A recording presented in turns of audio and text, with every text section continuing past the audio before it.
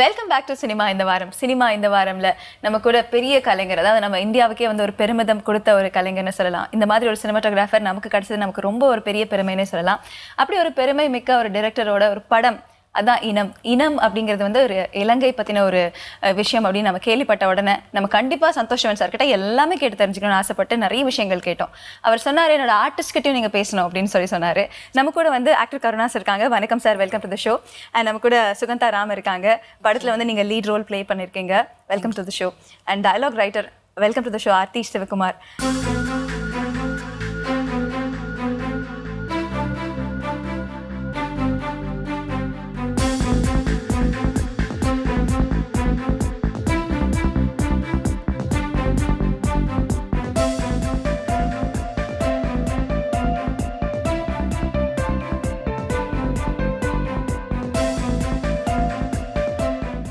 ஆர்த்தி, நான் உங்களை முதல்ல கேட்க வேண்டியது, இந்த படத்துல டயலாக் எழுதுனாலே ஒரு தனி தைரியம் வேணும். ஏன்னா ஒரு சின்ன விஷயம் கூட கான்ட்ரவர்சி ஆயிடும். எப்படி அந்த தைரியம் வந்துச்சு, அதை பத்தி கொஞ்சம் சொல்லுங்களேன். சந்தோஷ் சார்னாலே தைரியம் தான். ஏன்னா வந்து இது கான்ட்ரவர்சிக்காக அவர் எடுக்கவே இல்லை. அந்த அப்படி ஆரம்பிச்ச படமே இல்லை இது. அதனால அந்த விஷயம் எங்களுக்கு வரவே இல்லை மனசுல. எடுத்து முடிச்சதுக்கு அப்புறம் தான் எல்லாரும் பேச ஆரம்பிப்போம்ல. ஏன்னா இது பேசுறதுக்காகவோ அந்த கான்ட்ரவர்சி வரதுக்காகவோ பப்ளிசிட்டிக்காகவோ கண்டிப்பா எடுக்கல. அவர் மனசுல 6 இயர்ஸா ஓடிட்டு இருந்த ஒரு கதைனால அந்த தைரியம் அவர் கொடுத்தது. அவர் நேச்சுரலாவே அப்படிதான் இருந்தாரு. இது அதனால அந்த क्वेश्चन மண்டேல வரவே இல்லை. ஏன்னா சொல்ற மாதிரி அவர் வந்து அந்த மேன் ரொம்ப ஸ்ட்ராங்கான ஒருத்தர் இருக்காரு. அது ஒரு பில்லர் ஆஃப் த மூவினே சொல்லலாம். அப்படி ஒருத்தர் இருக்கும்போது அந்த தைரியம் தானா வந்திருக்கு படத்துல. கருணா சார், நான் உங்களுக்கு கேட்கணும், அதாவது இதுல வந்து ரொம்ப வித்தியாசமான ஒரு ரோல் நீங்க பண்ணிருக்கீங்க. சொல்லணும்னா ரொம்ப அந்த நடிப்புக்கு முக்கியத்துவம். ஏன்னா இலங்கைனாலே அங்க இமோஷன்ஸ்ல இருந்து ஆரம்பிச்சு எல்லா விஷயங்களும் கலந்துருக்கும். ஸோ உங்களோட ரோல் பத்தி கொஞ்சம் சொல்லுங்க சார். ஸ்டான்லி அப்படிங்கிற இதுல வந்து ஸ்டான்லின்னு ஒரு டீச்சர், வாத்தியார் கேரக்டர். ஸோ கூட ஒய்ஃபு ஒரு குழந்தைங்க கூட அந்த ஏரியாவில் அந்த கேம்பில் என்னை சுற்றி இருக்கிறவங்களுக்கு ஷேர் பண்ணிக்கிற ஒரு கேரக்டர். முதல்ல வந்து இந்த படத்தை இது வந்து ஒரு சினிமா படமாக மட்டும் நான் பார்க்கல. இது வந்து ஒரு மிகப்பெரிய பதிவான ஒரு விஷயம். காலங்கள் கடந்து அடுத்த 100 ஆண்டுகள் வந்தாலும் இது வந்து பாதுகாக்க வேண்டிய ஒரு படமாக இருக்கும். இந்த படத்தில் நமக்கு வந்து ஒரு நல்ல கேரக்டர், ஒரு கனமான ஒரு கதாபாத்திரம். அதை வந்து எனக்கு சந்தோஷ் சார் கொடுத்ததுக்கு முதல்ல நான் அவருக்கு நன்றி சொல்லணும். அவர்கிட்ட என்னை அறிமுகப்படுத்தின சசி டைரக்டர், அவருக்கு இந்த நேரத்தில் நன்றி தெரிவிச்சுக்கணும். நிச்சயமாக இது வந்து நம்ம நிறையா கேரக்டர்ஸ் நடிச்சிருந்தாலும் கூட நான் ரொம்ப லைக் பண்ணி ரொம்ப நேசித்து நான் வந்து நார்மலாக ஒரு ஒரு ஒரு கதாபாத்திரமாக அதில் நான் வாழ்ந்துருக்கிறேன். அதை என்னால் உணர முடிஞ்சுது. ஓகே, ஒரு வண்டர்ஃபுல் காமெடியன். அண்ட் நீங்கள் நிறைய படம் ஹீரோவும் பண்ணியிருக்கீங்க. அண்ட் இந்த படத்தில் ஒரு முக்கியமான ஒரு ரோல் சொல்லப்போனால் அந்த இலங்கைக்கான அத்தனை விஷயங்களும் உங்ககிட்ட இருந்து நீங்கள் ரொம்ப அழகாக அது பண்ணியிருக்கீங்க அப்படின்னு சார் சொன்னார். கருணாஸ் ரொம்ப அழகாக பண்ணியிருக்காரு அப்படின்னு சொல்லி சந்தோஷ் சார் சொன்னார். சுகந்தா ராம், உங்களே கேட்கணும்னு நினைக்கிறேன். நீங்கள் பாலிவுட் ஃபிலிம்ஸ் நிறைய பண்ணியிருக்கீங்க. அதையும் தாண்டி தமிழ் படம், அதுவும் இனம், அந்த language has its own beauty. அது இலங்கை தமிழ்னாலே அதில் ஒரு அழகு இருக்குது. எப்படி நீங்கள் பெர்ஃபார்ம் பண்ணீங்க, கொஞ்சம் சொல்லுங்களேன். I also love I don't know if you've seen the theatrical trailer. The first line says that it is one of the oldest and richest languages in the world. And it's been my honor to not have completely learnt it, but have been acquainted by it. Aarti took so much effort with me when I was on set. Now, I know that if you don't know the principal language, it can be very difficult to go through an entire film. But the film in itself is a film of moments. It is not so language heavy to begin with. So it was very easy in that. Even if I had a scene with Sir or with Sarita ma'am, I always used to ask Aarti what they were saying as much as what I was going to say. So it was not just that I was focusing on tell me my dialogue and let's be done with it. Like there's this one scene in the film which is a emotionally very, very powerful scene. And I remember basically something is happening to me and I'm looking at Stanley sir and I was looking at his eyes. And I know that he wants me to be okay. In that, there is not a language in the world that can communicate that expression. He's just looking at me saying, just be okay, just be okay, it's okay, it's okay. And I get chills when I think about that. So as much as I know that I miss not having known the language, I know that I think somewhere the expression got a little stronger because I couldn't fall back on the language. I had to act it. கண்டிப்பா பேசக்கூடிய லாங்குவேஜையும் தாண்டி அந்த expressions body language இது எல்லாத்துலயுமே வந்து perform பண்றதுக்கு நிறைய scope இருந்ததுன்னு சொன்னீங்க. சொல்ல போனா இது வந்து டோட்டலி டிஃப்ரெண்ட் மூவியா இருக்கும் உங்களுக்கு. உங்களோட நீங்க நடிச்ச விஷயங்கள்ல இருந்து இது ரொம்ப வித்தியாசமா இருந்திருக்கும் இந்த படம். So how did you get into this project?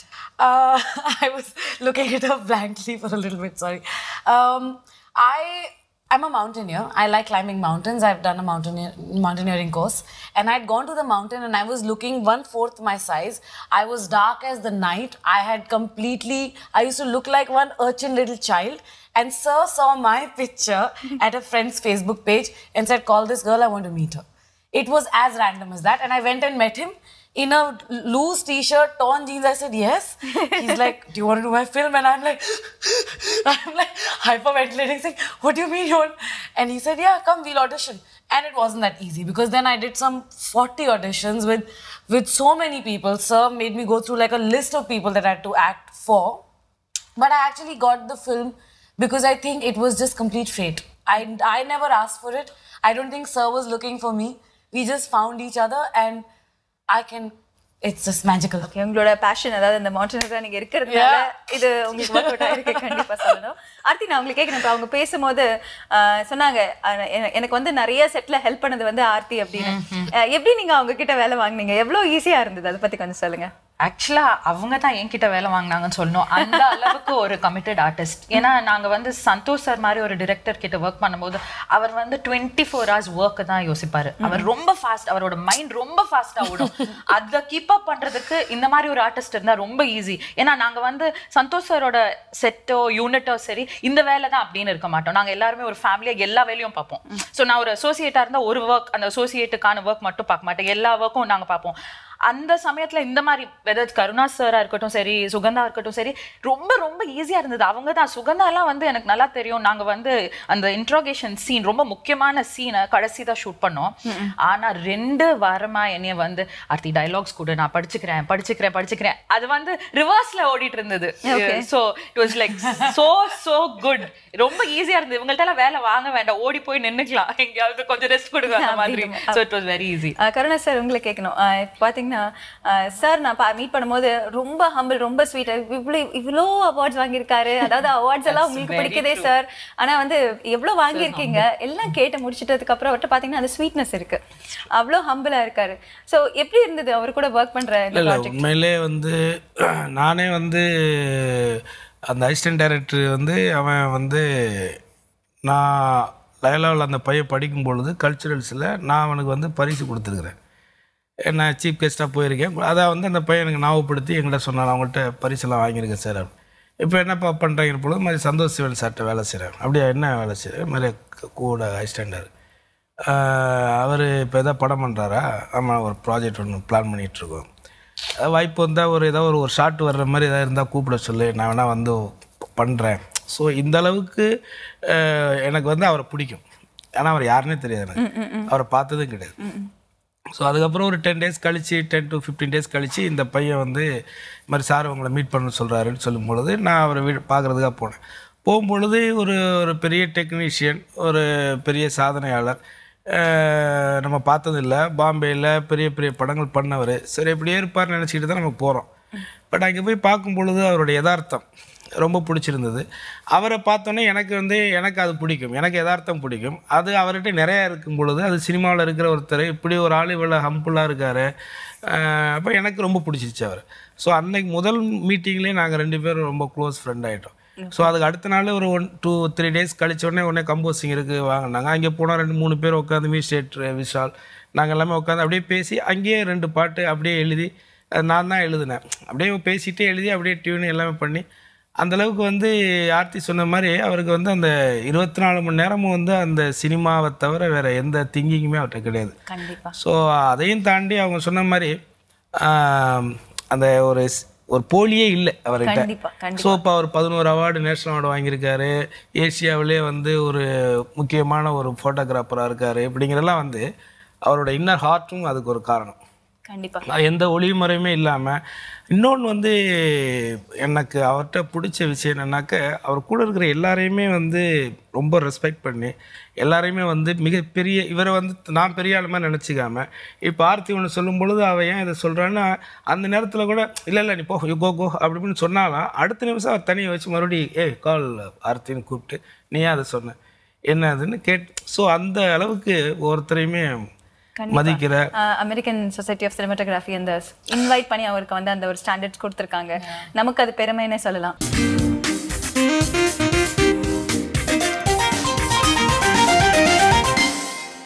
நீங்க சொன்னீங்க லிரிக்ஸ் உங்களோட பாடல்கள் பத்தி சொல்லவே வேணாம். ஏன்னா அந்த கானா பாடல்கள் ஆகட்டும், நல்ல பாட்டு இருக்கு. அந்த பாட்டு பத்தி கொஞ்சம் சொல்லுங்க சார். இல்லை இது வந்து ஒரு பாய்லா சாங், ஸ்ரீலங்கா இந்த மாதிரி ஒரு சின்ன ஒரு பார்ட்டி மூடு.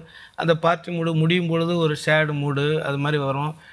ஜாலியாக ஒன்று பண்ணலாங்க போல சும்மா அப்படியே ரெடி பண்ணி அப்படியே இது பண்ணோம். ஆனால் அது இல்லை அதான் அதில் வந்து அதான் லண்டனிலே அக்கா சுட்ட தோசை அதை லுக்கிங் விட எனக்கு ரொம்ப ஆசை, கையை மேலே கொடுங்கடா காசை, நான் லண்டன் போய் வாங்கி வாரேன் தோசை, சொய் சொய் தோசை ரெட் ரைஸ் தோசை டிங் டிங் பாஷை துடிக்குதடா மீசை, லண்டனிலே லண்டனிலே லண்டனிலே அக்கா சுட்ட தோசை அதை லுக்கிங் விட எனக்கு ரொம்ப ஆசை, தகிட தகிட தகிட தகிட தகிட தாத்தா தகிட தகிட தகிட தகிட தகிட தாத்தா. இந்த மாதிரி ரொம்ப அழகான பாடல். லிரிக்ஸ் ரொம்ப அழகா இருக்கு, யதார்த்தமா இருக்கு, எல்லாருக்கும் அப்படியே கேட்ட உடனே பிடிச்சிரும். அந்த மாதிரி and you should see sir perform it. It is so funny. It's fantastic. இந்த படத்துல லீட் ரோல், அதாவது மேல் லீட் ரோல் பாத்தீங்கன்னா கரண் அவர் பண்ணிருக்காரு. அவருக்கு வந்து கிட்டத்தட்ட 1 year ஆஃப் ட்ரைனிங் கொடுத்துருக்கேன்னு சொல்லியிருக்காங்க. அவரை பார்த்தா நீங்க கண்டிப்பா வந்து டவுன் சிண்ட்ரோம் சொல்ல மாட்டீங்க அப்படின்னு சொல்லி சந்தோஷ் சார் சொன்னாரு. அந்த அளவுக்கு இன்ட்ரெஸ்டடா ரொம்ப எல்லா விஷயங்களும் ரொம்ப ஈஸியா இருந்தது அவருக்கு கற்றுக் கொடுக்கறதுக்கு. அவருக்குள்ள இருந்த ஆசை கூட ரொம்ப அழகா இருந்தது அப்படின்னு சொன்னாரு. ஸோ அவர் கூட நீங்க இந்த படத்துல நடிச்சிருக்கீங்க, அது அந்த எக்ஸ்பீரியன்ஸ் பத்தி கொஞ்சம் சொல்லுங்க. Working with Karan is actually a double-edged sword because you can't act with him. Because his responses are so natural. He's actually reacting not because he thinks he's in a film, but all his reactions are genuine human to human reactions. So if you try and act around him, that you're going to fall flat. So the best I think you can do around him is to be as natural as possible. That's the first thing. Second thing is he's one of the funniest people I know. His sense of humor is better than most people I've met because he has no filter. He says whatever comes to his mind, and he has usually the set going mental. Okay. You know, but there was one thing about Karan that I can't tell you. He's so sensitive. It's fine, he's being funny, he's being very, you know, he's being a child. But there was one scene when I was breaking down. I was very, very upset in one scene, and he comes to me and he's touching me like a father, you know, saying it's okay, don't worry. And an actor will not be able to do that because you are still thinking that, you know, there's a love, whatever, there's an angle there and maybe it's okay to do it, not okay to do it. He didn't think that. He said, this person is feeling upset, I'm going to make them okay. And my heart was in knots. So Karan is probably one of the most prolific actors that I've worked with because you can't act with him. You're just going to have to react to him. And it's magic. சொல்ற மாதிரி மனசுல இருந்து எல்லாமே வெளியில வந்துரும். எங்கேயுமே அதை stop பண்ணணும், இதை சொல்லணும், சொல்லக்கூடாது அப்படிலாம் இல்லாம ரொம்ப அழகா நடிச்சிருந்தாருன்னு கூட நீங்களும் சொன்னீங்க, சந்தோஷ் சார்னு சொன்னாரு. கருணா சார் உங்களுக்கு கேட்கணும், நீங்க சொன்னீங்க இது வந்து ஒரு படம் இல்லை, அதாவது ஃபியூச்சர்ல வந்து இந்த படத்தை பார்க்கும் போது எல்லாருக்கும் ஒரு நிறைய உண்மை நிகழ்வுகளோட பதிவு அப்படின்னே சொல்லலாம், அப்படி ஒரு படமா இருக்கு அப்படின்னு. ஸோ அப்படி அந்த மாதிரி இருக்கக்கூடிய இந்த படத்துல இருக்கக்கூடிய விஷயங்கள் எந்த அளவுக்கு நம்மளோட ஆடியன்ஸ்க்கு கனெக்ட் ஆகும் சார்? நிறைய நம்ம இலங்கைனாலே வந்து இது தப்பா அது சரியா, அதுல பாலிடிக்ஸ் கொண்டு வந்துருவாங்க, எதிர்பார்ப்பு வேற மாதிரி இருக்கும். இது ரொம்ப நடுநிலையா இருக்கு, உண்மையா இருக்குன்னு உங்களுக்கு எப்படி இருந்தது? பாலிடிக்ஸ் பண்ணணும்னு நினைக்கிறவங்க பண்ணிட்டு தான் இருப்பாங்க, ஏன்னா அது பாலிடிக்ஸ், அவங்க அதை பண்ணி தான் ஆகணும். ஸோ இப்போ நம்ம அதை வந்து அதில் கவனம் செலுத்த வேண்டிய அவசியம் கிடையாது. இன்னொன்று வந்து தமிழ் மொழி எப்படி ஒரு மூத்த மொழியோ அதே மாதிரி வந்து தமிழர்களும் அதே மாதிரியே ஒரு மூத்த குடிமக்கள். ஓல் இந்தியாவினுடைய முதல் சந்ததியினரே தமிழர்கள் தான் சொல்ல கூட ஒரு ஆராய்ச்சியில் சொல்கிறாங்க. அந்த விதத்தில் வந்து இந்த படமாக வந்து நம்ம இலங்கையை பொறுத்த வரைக்கும் என்ன நடந்திருக்குன்னு நம்ம ஒரு 54 ஆண்டுகளுக்கு மேலே அதை பார்த்துட்ருக்குறோம். அதை நடுநிலையை தான் ஒரு வரலாற்று புத்தகம் எழுதுகிறோம்னா, வரலாற்றில் வந்து இப்போ நான் எழுதுறேன்னா எனக்கு ஃபேவராக இவங்கெல்லாம் எனக்கு ஃப்ரெண்ட்ஸுங்கிறக்காக நான் ஃபேவராலாம் எழுத முடியாது. எதிரிகளையும் நான் எழுதித்தான் ஆகணும். அதுதான் நேர்மையான ஒரு வரலாறாக இருக்கும். என்ன சொல்கிறீங்க? கண்டிப்பா சார். ஸோ அதை வந்து இதில் ரொம்ப நடுநிலையாக அவர் கையாண்டுருக்காரு. அந்த விதத்தில் வந்து இன்னொன்று இந்த படத்தை பொறுத்த வரைக்கும் இது 100% வந்து எனக்கு வந்து சித்திக் மலையாள டைரக்டர் சித்திக் சார் சொல்லுவார், ஒரு சீன் எடுக்கும்போது அவர் வந்து பல முறை எடுப்பார். ஒரு காமெடி சீனு வழக்கமாக காமெடி சீனாக சினிமா படங்கள் வந்து ரொம்ப ஈஸியாக ஒரு டேக்லேயே எடுத்துருவாங்க, ஒரு ஒய்டாக வச்சு கூட எடுத்துருவாங்க. ஏன்னா அதுக்கு தேவையில்லை சார், காமெடி தானே சார், அதுக்கு எதுக்கு ஷார்ட் பியூட்லாம் தேவையில்லைன்னு சொல்லுவாங்க. ஆனால் சித்திக் சார் வந்து திரும்ப திரும்ப எடுத்துகிட்டே இருப்பார். 10 வாட்டிலாம் போவார் ஒரு டேக். அப்போ நான் ஒரு நாள் கூப்பிட்டு அவர்கிட்ட கேட்டேன், ஏன்னா சார் நான் இல்லை தான் கரெக்டாக தானே பண்ணுறோம், ஏன் அது எத்தனை வாட்டி எடுக்கிறீங்க? இல்லை டைமிங் அவரது இது மிஸ் ஆச்சு நமக்கு புரிய வச்சார். அப்போ அவர் சொன்ன ஒரு வார்த்தை என்னென்னா, கருணாஸ் காமெடி சீனோ நல்ல சீனோ ஒரு வாட்டி எடுத்துருவோம், திருப்பி இந்த படத்தை நான் மறுபடியும் எடுக்க போகிறதில்ல, நீங்களும் நடிக்க போகிறதில்ல, இது ஒன்ஸ் அவ்வளோதான். இதுக்கப்புறம் நான் ரிட்டையர் ஆயிடுவேன், நீங்கள் ரிட்டையர் ஆயிடுவீங்க. 25 வருஷம் கழித்து இது ஒரு டிவியில் வரும் பொழுது அப்போவும் அதுக்கு சிரிப்பு வரணும். அப்போ தான் அது ஒரு நல்ல நகைச்சுவை காட்சி அப்படின்னு. ஒரு நகைச்சுவை காட்சிக்கே இந்த அளவுக்கு ஒர்க் பண்ணுற நேரத்தில் சந்தோஷம் இந்த படத்தை எந்த அளவில் கையாண்டிருப்பாருன்னு மட்டும் நீங்களே யோசிச்சுக்கலாம். கண்டிப்பா. நிறைய கேட்கும் போது நம்ம பார்க்குறோம், நம்ம டாக்குமெண்ட்ரிஸ் எல்லாம் கூட இப்போ ரீசெண்டாக நம்ம பார்த்தோம், அந்த படத்தோட அதாவது இலங்கையில் என்ன நடந்தது அப்படிங்கிற அந்த உண்மையான காட்சிகள் கூட நம்ம நிறைய நியூஸ் சேனல்ஸில் பார்த்தோம். ஸோ இப்படி அது பார்க்கும்போதே யாராக இருந்தாலும் சரி, அது கண்டிப்பாக தூக்கம் வராது. அன்னைக்கு நம்ம அதை பற்றி யோசிச்சுட்டே இருப்போம். இன்னைக்கு நினைச்சா கூட நம்மள அறியாமலே நமக்கு லைட்டாக கண்ணு கலங்க தான் செய்யும். ஸோ அப்படி ஒரு பார்க்கக்கூடிய ஒரு ஆடியன்ஸ்க்கு அப்படி இருக்குன்னா ஒரு பெர்ஃபார்மருக்கு எப்படி இருந்திருக்கும்? நீங்கள் அதான் ரொம்ப பெயினாக இருந்தது. நான் அதான் சொல்கிறேன்ல, நமக்கு இப்போ நந்தாவில் லொடுக்கு பாண்டியா நம்ம நடிக்கும் பொழுது எனக்கு சினிமா என்னன்னே தெரியாது. அது முழுக்க அந்த படத்தில் எனக்கு கிடைச்ச பேர் எல்லாமே வந்து அது டைரக்டரோட தான். ஒரு லுக்கு முதற்கொண்டு அவர் ஃபிக்ஸ் பண்ண லுக்கு தான், அதில் ஒரு டைலாக் முதற்கொண்டு அவர் எழுதுனது மட்டும்தான். நானாக எந்த கான்ட்ரிபியூட்டுமே அதில் பண்ணல. அவர் சொன்னதை உள்வாங்கி செஞ்சேன், அவரை நீ நல்லா செஞ்சேன்னு சொன்னது மட்டும்தான் நம்ம செஞ்சோம். அதுக்கு பிறகு நம்ம எவ்வளோ படங்கள் ஒர்க் பண்ணாலும் அதுக்கு அடுத்ததாக வந்து எனக்கு அந்த செட்டுக்கு போனதுக்கப்புறம் அங்கே இருந்த இதையெல்லாம் பார்க்கும்போது சினிமா நார்மல் சினிமா இல்லைங்கிறது தெரிஞ்சிருச்சு. இது நார்மலான சினிமா பீப்புள் இல்லைங்கிறது அங்கே தெரிஞ்சிருச்சு. இவங்க வந்து இதை வந்து ஜஸ்ட் லைக் ஏதோ கமர்ஷியலாக டெய்லி பேட்டா வாங்குறதுக்கு படம் எடுக்கலைங்கிறது தெரிஞ்சிருச்சு. ஸோ என்ன அறியாமலே நான் பாட்டு எங்கே ஒரு வீட்டில் தங்க சொன்னால் நானே நடந்து நான் பாட்டுக்கு வருவேன், நானும் அவங்க கூட இதாகிட்டேன். அது காரணம் என்னென்னா அவர் டைரக்டரோடைய டெடிக்கேஷன், அடுத்து கூட இருக்கிற அவங்களுடைய எல்லாரோடைய டெடிக்கேஷன். அதை தாண்டி அந்த கதாபாத்திரம் வந்து பேசிக்காக வந்து நீங்கள் சொல்கிற மாதிரி இலங்கை தமிழர்கள் பற்றின விஷயங்கள் நம்ம குழந்தையிலேருந்து அதை பார்த்துட்டு தான் இருக்கிறோம். ஸோ அப்போ அதில் நம்ம ஒரு கதாபாத்திரமாக இருக்கோம். நாளைக்கு அது வரலாறு இல்லை, நாளைக்கு திரும்பி பார்க்கும்பொழுது நாம அது ஒன்றா இருப்போம். அதுவும் நான் வந்து என் மக்களை பாதுகாக்கிற ஒருத்தனா இருக்கேங்கிறத விட எனக்கு என்ன வேணும்? ஸோ அந்த மாதிரி ஒரு நல்ல கேரக்டர் வேறு எனக்கு அதில் கிடச்சிருக்கு.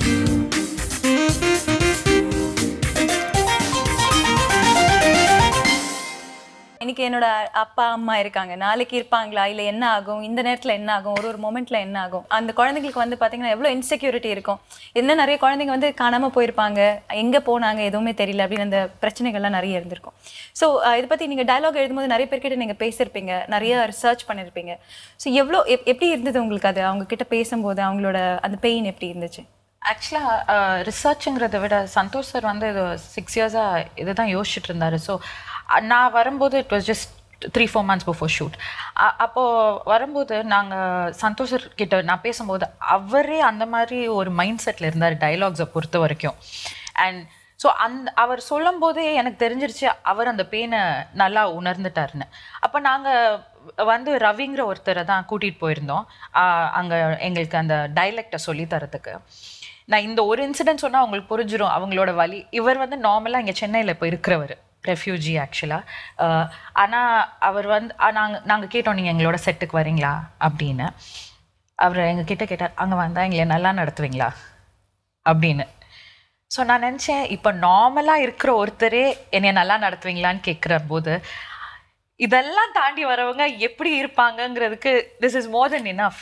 இது வந்து யூனோ ரிசர்ச் பண்ணி தெரிஞ்சுக்கிறத விட you can just feel it with him. ஆனால் ரிசர்ச் பண்ண ஒரு விஷயம் வந்து ரஜினிங்கிற கேரக்டர் வந்து ஒரு பொண்ணுனால இன்ஸ்பிரேஷன் ஆனது சார் சொல்லியிருப்பாரு. அந்த பொண்ணை நான் மீட் பண்ணேன். அவங்க வாயால் எந்த டைலாகும் சொல்லவே தேவையில்லை. அவங்கள நான் போய் மீட் பண்ணும்போது நான் உங்களை பற்றி சார் படம் எடுக்கிறாரு, என்னை மீட் பண்ண சொல்லியிருக்காரு, ஒரு லேடி பேசினா நீங்கள் இன்னும் ஈஸியாக ஓப்பன் அப் ஆகுவீங்க அப்படின்னு சொன்னாரு. அதாவது நான் அவங்களோட ரிலேட்டிவ் வீட்டில் அவங்கள பார்க்கும்போது எக்ஸாக்ட்லி அவங்க என்கிட்ட எந்த கதையுமே சொல்லல, எக்ஸாக்ட்லி அவளோட கண்ணில் எனக்கு எல்லா கதையுமே தெரிஞ்சது அப்படின்னு சொன்னாங்க. அவங்க சொன்னாங்க கொஞ்சம் கதவை சாத்திக்கலாமான்னு. கதவை சாத்தினதுக்கப்புறம் ஒரு நிமிஷத்துல கண்ணீர் தான் வந்தது. அவங்க பேசவே முடியல. ரொம்ப நாள் ஆயிடுச்சு, அவங்க கொஞ்சம் வருஷம் ஆயிடுச்சு இந்த ஊருக்கு வந்து கொஞ்சம் வருஷம் ஆயிடுச்சு, நல்ல ஒரு வாழ்க்கையை அனுபவிக்க ஆரம்பிச்சுட்டாங்க. ஆனாலும் it's just not, the scar is very very strong. அதனால அது எந்த அளவுக்கு எங்களால உணர முடிஞ்சிச்சுன்னு அது I mean, we've tried to do justice. And Santhosh, நீங்க சொல்லும் போது சந்தோஷ் சார் கிட்ட நான் கேட்டேன், சார் ஏன் இனம் அப்படின்னு நான் கேட்டேன், ஏன் வந்து உங்களோட நெக்ஸ்ட் ப்ராஜெக்ட் வந்து இனமா இருந்தது அப்படின்னு கேட்டப்ப அவர் சொன்னாரு, அப்போ கூட வந்து அவர் யாரையுமே பிளேம் பண்ணல, அதாவது இது ப்ரொடியூஸ் பண்ண மாட்டாங்க அப்படிலாம் கிடையாது. இந்த மாதிரி ஒரு படத்தை, இந்த மாதிரி ஒரு கதையை ஒரு நல்ல என்னோட விஷன்ல நான் கொடுக்க முடியும்னா அது என்னால தான் முடியும். ஸோ நான் யாரையும் பிளேம் பண்ணல. இந்த ஹிஸ்ட்ரி, இந்த மாதிரி எல்லா விஷயங்களும் உண்மை வரணும்னா அது என்னால முடியும்னு எனக்கு தோணுச்சு, அதனால நான் பண்றேன் அப்படின்னு சொல்லி. இல்லை, அதில் ரொம்ப முக்கியமான விஷயம் வந்து அவரை வந்து ரெஸ்பெக்ட் பண்ணணும். எல்லாருமே, ஒட்டுமொத்த தமிழர்களுமே அவருக்கு வந்து மரியாதை கொடுக்கணும். எதனாலன்னா அவருக்கு இருக்கிற பேருக்கு, புகழுக்கு, அவருக்கு இருக்கிற இன்ஃப்ளூயன்ஸுக்கு வந்து அவர் யாரை வேணாலும் ப்ரொடியூசர் ஆக்கலாம் அந்த ப்ராஜெக்ட்டுக்கு. பட் ஆனால் அவர் சொந்த பணத்தில் தான் அதை பண்ணணும்னு முடிவு பண்ணார். அதுக்கு ஒரு வேறு படத்தில் போய் ஒர்க் பண்ணி அதில் ஏர்ன் பண்ணி அதை கொண்டு வந்து அந்த படம் எடுக்கணும்னு நினைக்கிறார். ஸோ முதல்ல இதை கிரிட்டிசைஸ் பண்ணணும்னு நினைக்கிறவங்களும் சரி, இதில் ஏதாவது வேறு மாதிரி கான்ட்ரவைஸ் பண்ணணும்னு நினைக்கிறவங்களும் சரி, முதல்ல ஒன்று உணரணும். என்னென்னா, தமிழ் மொழி வந்து தமிழ், மலையாளம், கன்னடம், தெலுங்கு 4க்குமே தாய்மொழி வந்து தமிழ் தாங்கிறது தான் வரலாற்று உண்மை. இது எல்லோரும் ஏற்றுக்கிட்ட ஒரு விஷயம் கூட. ஸோ இன்றைக்கி வந்து எந்த ஒரு கமர்ஷியல் விஷயங்களும் இல்லாமல், இதில் லாப நோக்கமே இல்லாமல், தன்னுடைய சொந்த பணத்தில் ஒன்றை உருவாக்கணும் அப்படிங்கிற ஒரு விஷயத்தை முயற்சி பண்ணி அதை எடுத்து இன்றைக்கி கொண்டு வந்திருக்காரு. ஸோ அவர் வந்து அன்றைக்கி நான் மீட் பண்ணும்போது அவர்கிட்ட நான் கேட்டேன், இந்த மாதிரி ஏன் கருணாஸ், நீங்கள் ஒரு ஆர்டிஸ்ட்டு, நல்ல ஆர்டிஸ்ட்டு, நீங்கள் பாட்டுக்கு பேசாமல் நடிச்சுட்டு சம்பாரிச்சிட்டு அப்படி நீட்டாக இருக்கணும், ஏன் ஓய் ப்ரொடியூஸ் பண்ணுறீங்க, அதெல்லாம் பண்ணுறீங்க அப்படின்லாம் அவர் சொன்னார். அப்போ சொன்னார், இங்கே பாரு, எனக்கு வீடு இருக்குது, முதல்ல உனக்கு ஒரு வீடு வாங்கிக்கோ, நீ வேற எதுவும் இல்லை, எனக்கு இதை வீடு போதும், எனக்கு இதை மீறி நான் என் பையனுக்கு பாம்பேல வீடு, கல்கட்டாவில் வீடெல்லாம் வாங்க வேண்டியதில்லை. ஏன்னா அதெல்லாம் நான் போனதுக்கு பிறகு என் பேர் சொல்ல போகிறதில்ல. இப்போ நான் எடுத்துகிட்டு இருக்கேன் பாரு இனம், இதுதான் என் பேர் சொல்லும். ஸோ இதுதான் என்னுடைய சொத்துங்கிறது இதுதான் அப்படின்னு சொன்னார். நீங்க சொன்னீங்க, அதாவது ரொம்ப யதார்த்தமான, ரொம்ப ஒரு சிம்பிளான, ஒரு ரொம்ப நல்ல மனிதர்னு அவர்கிட்ட பேசும்போதே தெரியும். நீங்க என்னன்னா, அவர் கேட்டப்போ இந்த மாதிரி நீங்க ப்ரொடியூஸ் பண்றீங்க அப்படின்னா கண்டிப்பா ஆர்டிஸ்டோட சப்போர்ட் இருக்கணும், உங்களோட க்ரூவோட சப்போர்ட் இருக்கணும், எல்லா மியூசிக் டைரக்டர் ஆகட்டும், எல்லாருமே இப்படி ஒரு படம்னு வரும்போது அவர் ப்ரொடக்ஷன்ல எல்லாரோட சப்போர்ட்டும் இருந்தா தான் பண்ண முடியும்னு சொன்னப்போ அவர் நான் ரொம்ப லக்கி, எல்லாரும் எனக்கு அப்படி கோஆபரேட் பண்ணாங்க அப்படின்னு சொல்லி. அவர் சொன்னார், சார் சொன்னாரு, எனக்கு எல்லார்கிட்ட இருந்து நான் என்ன சப்போர்ட் நான் கேட்கவே இல்லை, அது அமைஞ்சது தானா, அதனாலதான் இப்படி ஒரு அழகான படம் எடுக்க முடிஞ்சது அப்படின்னு சொன்னாரு. இல்லை, நான் உண்மைதான். ஏன்னா அவர் ஒரு நல்ல சுத்தமான மனசு, அவருக்கு எந்த ஒரு இதே இல்லை, அவர்கிட்ட போலியே இல்லை, சுத்தமாக இல்லை. ஸோ அது வந்து நிச்சயமாக, அதாவது பாலுமேந்திரா சார் அடிக்கடி சொல்லுவார், என்னென்னா ஒரு நல்ல படம் அமையணும்னு சொன்னால் அந்த படம் அதுக்கு என்னென்ன நல்ல விஷயங்கள் வேணுமோ அது எல்லாமே அதே தேர்ந்தெடுத்துக்கோன்னு சொல்லுவார், அடிக்கடி சொல்லுவார். அது மாதிரி தான் இப்போ சந்தோஷ் சிவன் சாருடைய இயக்கத்தில் ஃபோட்டோகிராஃபியில் இந்த இனம்ங்கிற ப்ரொடக்ஷனில் ஒரு படம் வந்திருக்குன்னா, இதுக்கு இப்போது இவங்க நான் எல்லாரும் சின்ன ஒரு டெக்னீஷியன்லேருந்து எல்லாருமே அதில் வந்து அந்த மாதிரி அவர் லக்கின்னு அவர் சொல்கிற வார்த்தைக்கு நான் சொல்கிறேன். ஸோ அது நல்ல படம், அது ஒரு நல்ல உணர்வான ஒரு படம், அதுக்கு தேவையான நல்ல விஷயங்கள் அந்த படமே தேடிக்கிச்சு. அவ்வளோதான். சுகந்தா, நான் உங்களுக்கு கேட்குறேன், நீங்கள் டப் பண்ணீங்களா அந்த படத்துக்கு? Yeah, are you asking me about the dubbing? The most of it we've done sync, and luckily for me, my part also is not a very verbose part. She doesn't talk much. She is always like thinking, and she's very intense, and so I lucked out. But whatever parts that I was required to do, I did. I pick up languages quite easily. English ஏதாவது ஒரு dialogue please? கண்டிப்பா. தண்ணியல போதிச்சிட்டு, தண்ணியல போதிச்சிட்டு, பொதிச்சிட்டேன், தண்ணியில பொதிச்சிட்டோம், தண்ணியில பொதிச்சிட்டேன். or actually இதெல்லாம் எல்லாம் நல்ல கதை போல, எல்லாம் நல்ல கதை போல கதையும் தண்ணியில தொடங்குது. அந்த நாளுக்கு எனக்கு தெரியல இப்படி வாழ்க்கைய மாறும். Like everybody, my story also started by the water, but I never knew that it would come to change my life so much. So I feel that I pick it up really fast, and I promise you, I'm going to be back here in 6 months fully learned. I will have this interview with you in Tamil. எவ்வளவு சந்தோஷமா இருக்கு தெரியுமா? ஏன்னா நான் எப்பவுமே heroines கிட்ட கேட்பேன், நீங்க வந்து நெக்ஸ்ட் 6 monthsல நெக்ஸ்ட் படம் பண்ணதுக்கு அப்புறம் என்கிட்ட நீங்க தமிழ்ல பேசணும். பட் நான் வந்து 2 வாட்டி மீட் பண்ண என்ன ஒரு நல்ல விஷயம்னா, நான் நீங்க லாங்குவேஜ் பத்தி கேட்கும்போது செட்ல இப்படி பிக்கப் பண்ணாங்க. ஆனா இப்ப என்னன்னா ஒரு லாங்குவேஜுக்கு இவங்க வந்து செட்ல இருந்து அந்த ஒரு ஃப்ளோலயே ஒரு 4 months இருந்திருந்தாங்கன்னா அப்படியே பேசியிருப்பாங்க.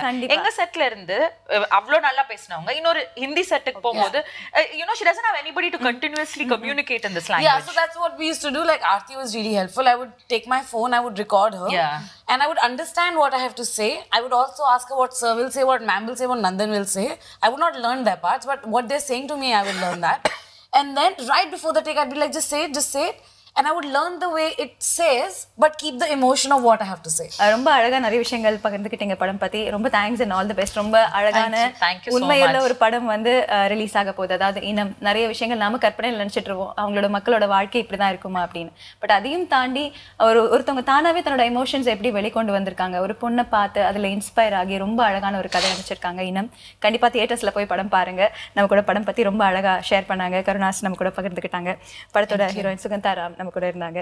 அண்ட் படத்தோட டயலாக் ரைட்டர் ஆர்த்தி சிவகுமார் இருந்தாங்க. Thank you so much sir. படத்தை கண்டிப்பா தியேட்டர்ல போய் பாருங்க. படம் உங்களுக்கு எந்த அளவுக்கு பிடிச்சிருக்கு கண்டிப்பா பிடிச்சிருக்கும்னு எல்லாருக்குமே அதை நான் இப்பவே சொல்லிடலாம்னு நினைக்கிறேன். ஏன்னா அந்த அளவுக்கு ஒரு ஜனரஞ்சகமான இமோஷன்ஸ் நிறைந்த ஒரு படம். கண்டிப்பா தியேட்டர்ஸ்ல பாருங்க. மறுபடியும் அடுத்த வாரம் இன்னொரு சினிமா டீமோட உங்களை சந்திக்கிறேன். அண்ட் பை ஃப்ரம் யோஷிலா சினிமா இந்த வாரம்.